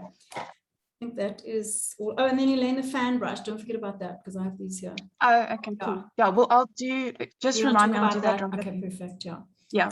Okay, so thanks for doing that, because now I've remembered everything that I've forgotten to show. I just want to quickly show, so do you guys see the shimmer? It's now dried. Oh, sorry, hold on. Let me just take myself off here. Sorry, guys. Okay. Okay, so you can see the shimmer on here that's now dry. From the iridescent medium, so just to show.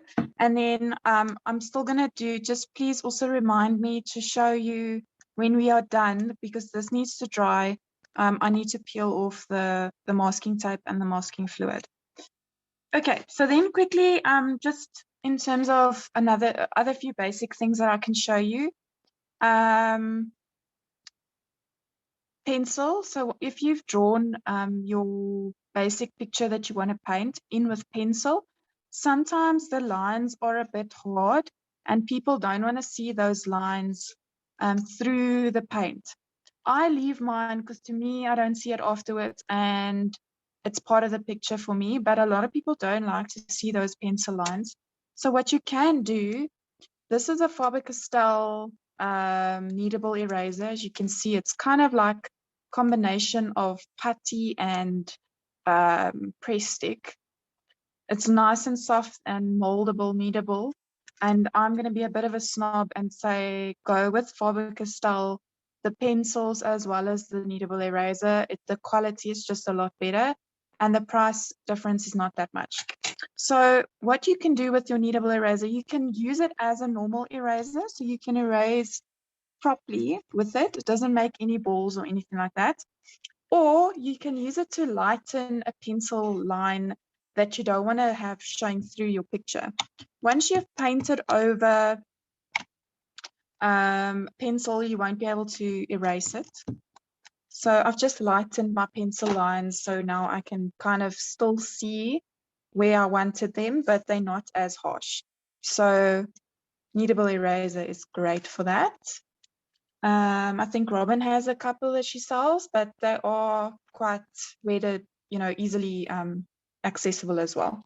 But definitely, I'm sorry to brand snatch now, but Faber-Castell with this is better. Please don't go for either one. Yeah, the kneadable eraser, don't even bother. Look, I don't know how many brands there are, but Faber-Castell is the best one I've used. I use it for lettering as well, and I use it on that very smooth Bristol paper. It's amazing. Why I would say Faber-Castell, this is how it looks brand new, the way Elaine's one, so it comes grey. It's not because hers is dirty. It's a little weird at first because you get it in this nice block and you squish it up a bit. And what I do with mine is I actually take smaller pieces off, and then I've got pieces, I'll keep it you can get maybe a little plastic container, keep it in there, and you just have a small piece. You don't need to use the whole thing. And these don't dry out. So I've bought Lyra ones before, and a couple of times, and students of mine have bought them. And the Lyra ones, that when window putty, when it gets dry and it cracks, it actually looks like that. So these ones don't do that. And these are new ones out of my shop, but my own one, and I'm sure Elaine's the same, I've had mine for like 5-6 years, and mine lives in a drawer at yeah, it's almost like when people stick chewing gum under the table. Mine actually just lives literally in the corner of the drawer. I just stick it in there, and if I need it, I just pull it out and I use it. Otherwise, you don't know where it is. But you can keep it in a small container if you're worried about it picking up dust. Only advice I can give you is before you use it, just rub it on a scrap piece, because sometimes I've had it where it might pick up a bit of, like it's maybe got some graphite from using on pencils before, and then it might make a mark on your paper, but it probably won't. But also squish it like Elaine's doing, squish it up a bit and then use it. But definitely only that one. So you can also buy these in their own little container, but honestly, a little pill container or a little tiny lunch box will be fine. Yeah. Look, this one is not new. And like Robyn said, it's been sitting in my drawer uncovered. And you can see it's still perfectly fine. They don't dry out. Yeah. They don't dry out. The only reason I keep it in a container is if I was concerned about dust or picking up dirt or something, but you don't need to worry about it drying out at all. Nice little stress ball as well. Okay, so that's just eraser. The other one that I use is the Pentel refillable one that's kind of like a pen. This is awesome. Okay. So, but actually it doesn't matter as long as it's not going to damage your paper. So it must be quite a nice, good quality eraser. The other thing that I forgot to show you, you get watercolor pencils. This you can also incorporate into your work. And so if you want to use it, kind of sketch out a section, and then you can go in with a wet brush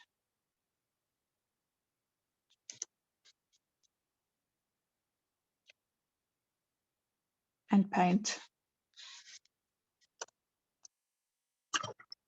Okay, so this is a black, but you get different, obviously you get different colors, you get different brands.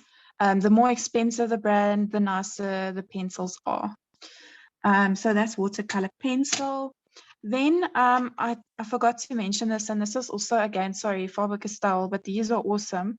This is a watercolor marker. You can use it for lettering like Robyn teaches, but the actual purpose for this is art. So highly pigmented watercolor based ink that's in here. And you can use this to paint with as well, which is quite nice. There is a recorded workshop as well on how to use these to do art with, but we are having one, I'm not sure of the date, an actual live class just on these water-based markers and how to use them. So I just want to give you a quick demo. You'll use it out of a palette. You can use it onto the paper, but with watercolor paper, the texture might damage the nib. So I would steer away from that.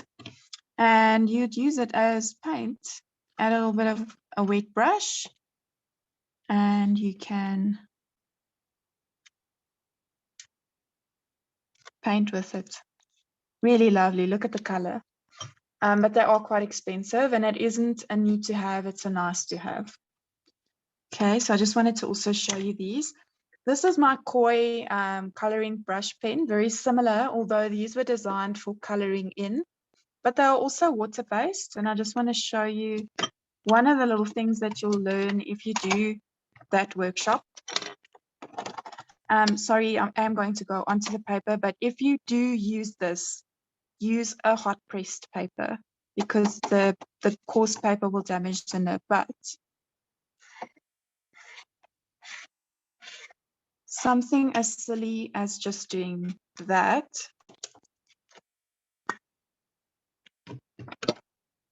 adding a little bit of water on your brush,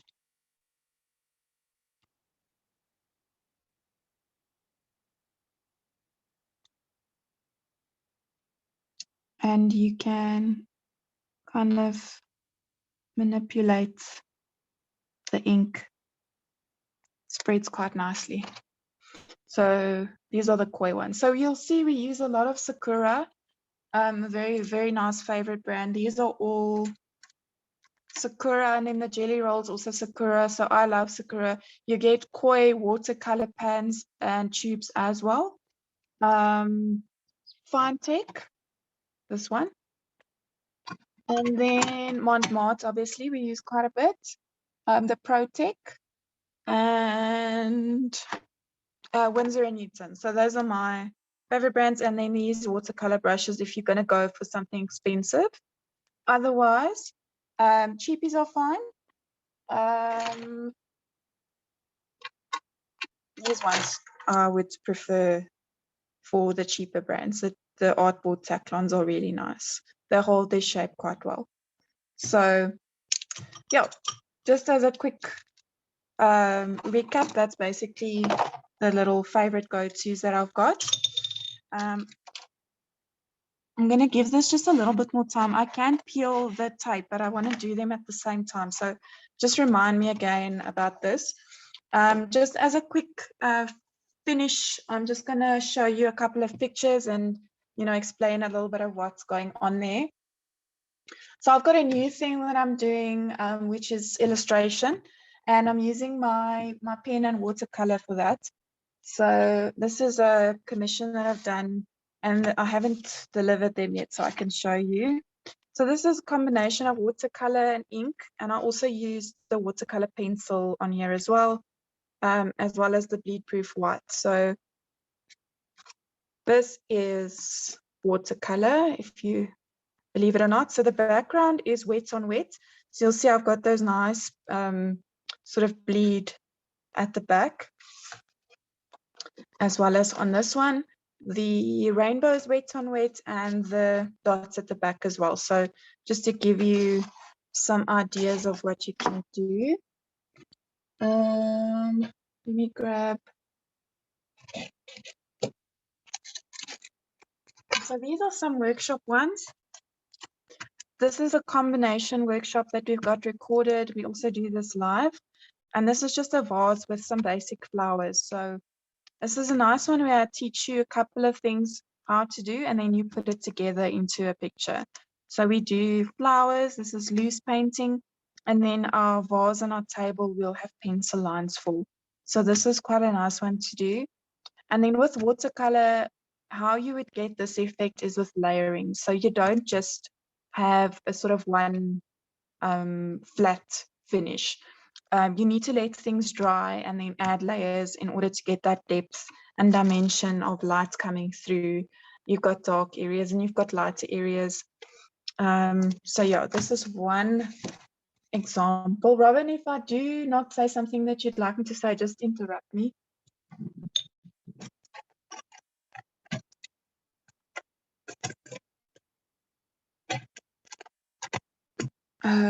Okay, this is a good example.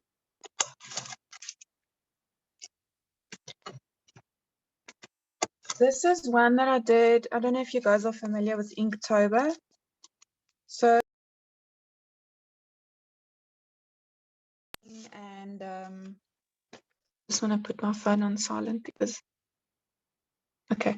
So you can still hear me, right? Yes. Okay. So this is one that I've done, like I said, for Inktober. But what I want to show you do you see the gloss on the paper? This I sealed with the watercolor varnish because I just wanted to see what happens. And it gives quite a nice seal. I must say this is probably going to be protected forever, but the gloss on there, I don't know. It's not bad. I do like it, but it doesn't look like it did before the varnish went on.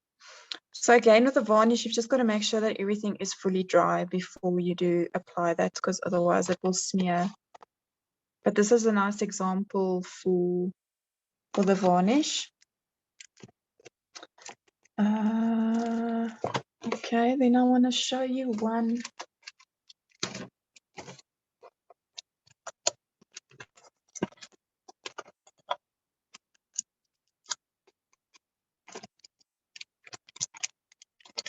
Okay, this is an example of scrap pieces. So this is a picture that I did that I hated and I cut it up.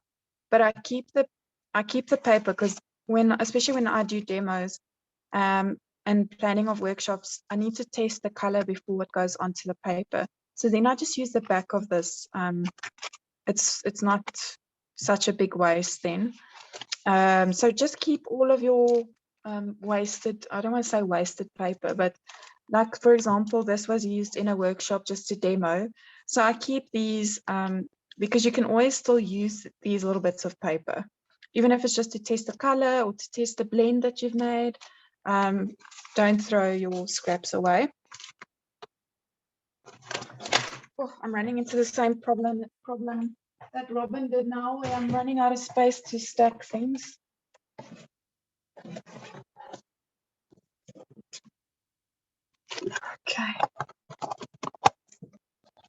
Okay, this is a nice example of combining writing and watercolor. So this is the birthday card workshop.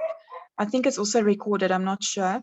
But basic watercolor techniques combined with writing, that you can design nice birthday cards or gift tags and things like that.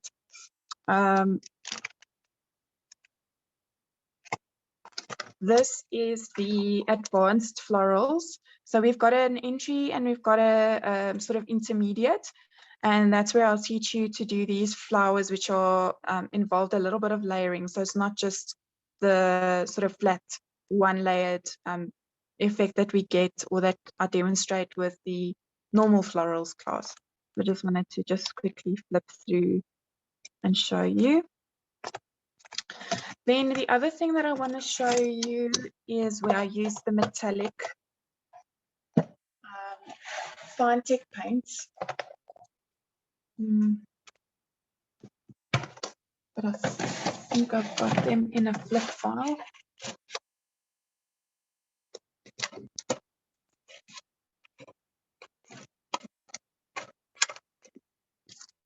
Okay, also, if there are any other techniques that you guys would like to see a physical example of, you can just let me know. These are the artworks that I did with the fine tech. So you'll see I used the gold on the back of the rhino there. Oh, sorry, this is the green. This one is a little bit subtle because I diluted it a bit. But that's the green metallic. There's one with a copper. Actually, let me take it out of the sleeve.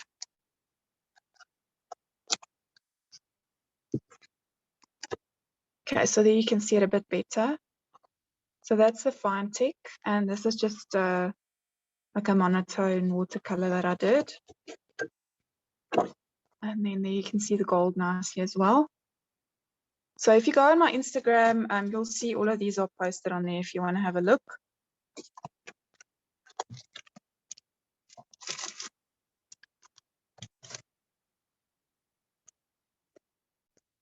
With watercolor as well, you can do quite basic, and then you can do detailed as well. So for example, this would be detailed and this would be basic. You know, so there's lots of different things you can achieve. Like I said, it doesn't have to be this amazing artist quality thing that you're producing. You can just do it for the fun of it. And it's like anything.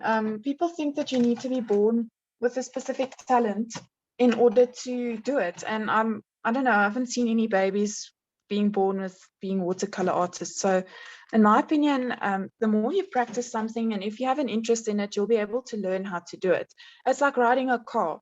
Nobody is a natural born car driver, if you know what I'm saying. So anything can be learned in that way. I also want to show you, we've got fun workshops where there's no pressure involved in actually creating an, painting or artwork or anything like that. So these are all mostly also Zoom. Oopsie, something went wrong here.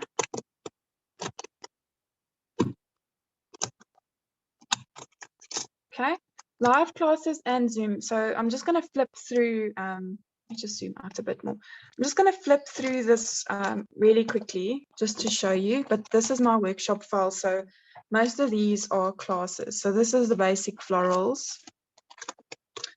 But what I do want to show you. Okay, so here's an example. This is the bird workshop, and we do this with basic watercolor techniques and then the micron pens. And this is one of those where you can just have fun and you want to have an introduction to watercolor without the pressure of doing a painting. And this is really, really nice. You can do it, kids can do it as well.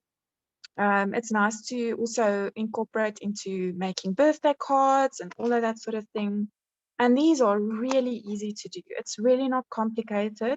And we do give you notes and templates and things like that to be able to do this. So the bird workshop is probably one of my favorite ones.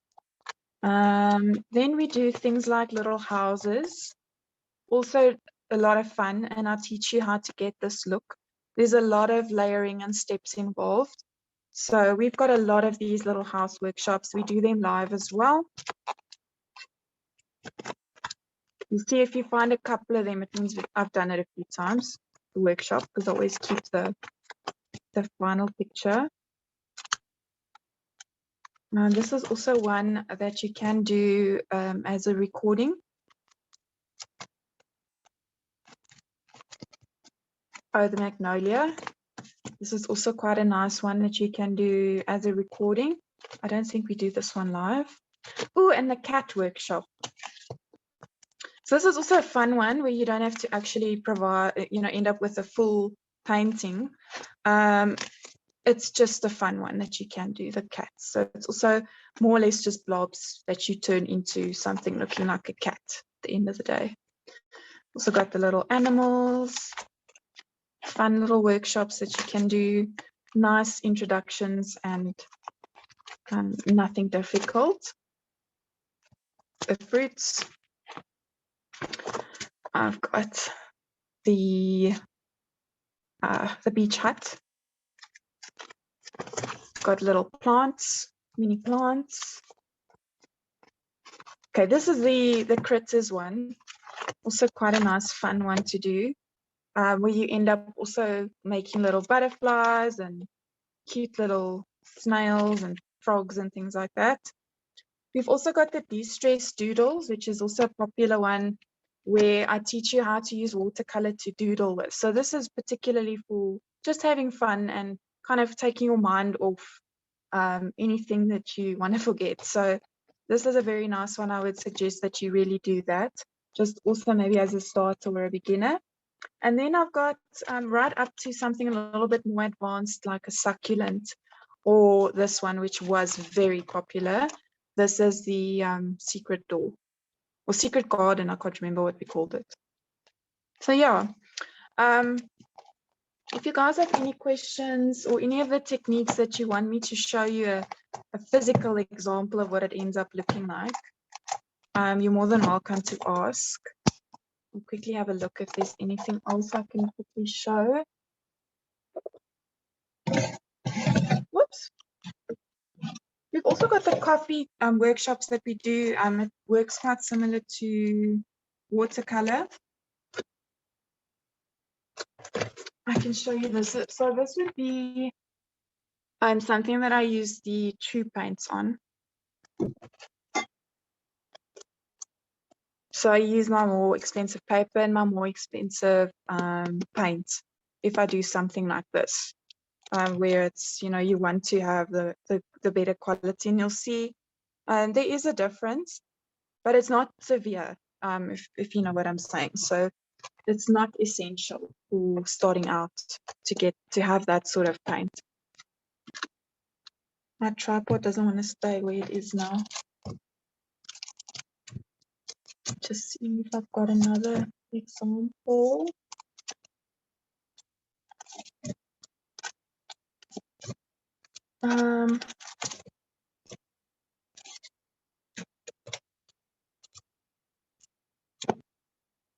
Okay, this one I can show.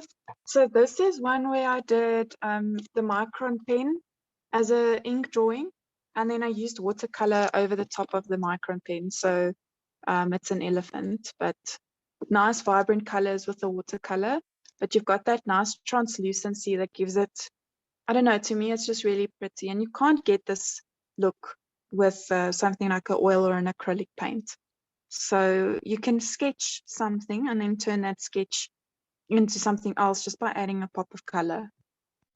So lots of different things that you can do with watercolor. It's not just granny paintings like Robyn said, where, you know, you're doing botanical flowers and things like that. You can really have a lot of fun, and you can make it your own. You know, your own personality always comes out, and we see that in every single workshop that we do. I can teach you whatever I want. It's still going to be your style. It's not going to look like mine. So that's what I love about it. It's really nice in that sense. So yeah, if there's any questions, Robyn, if I forgot, oh yes, I did forget something. I wanted to show you how this peels off.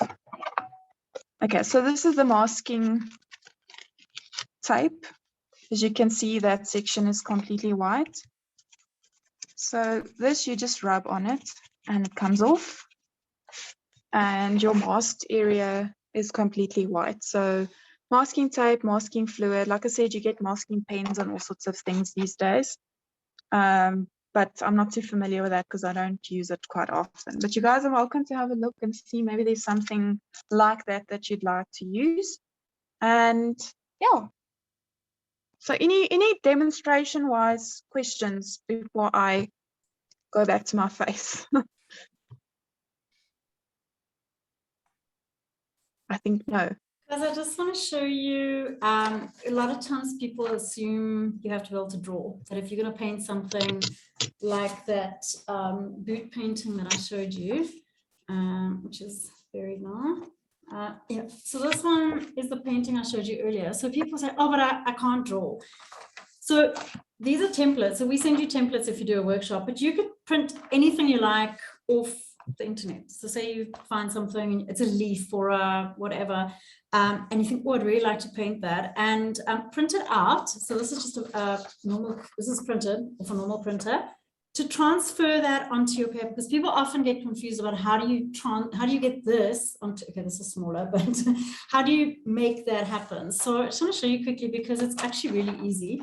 You would take 2 pencils. So you have, I'm using a 5B, so a really, really thick, if you know the B pencils, B is for, I think it's for black. So it's the very, very dark ones.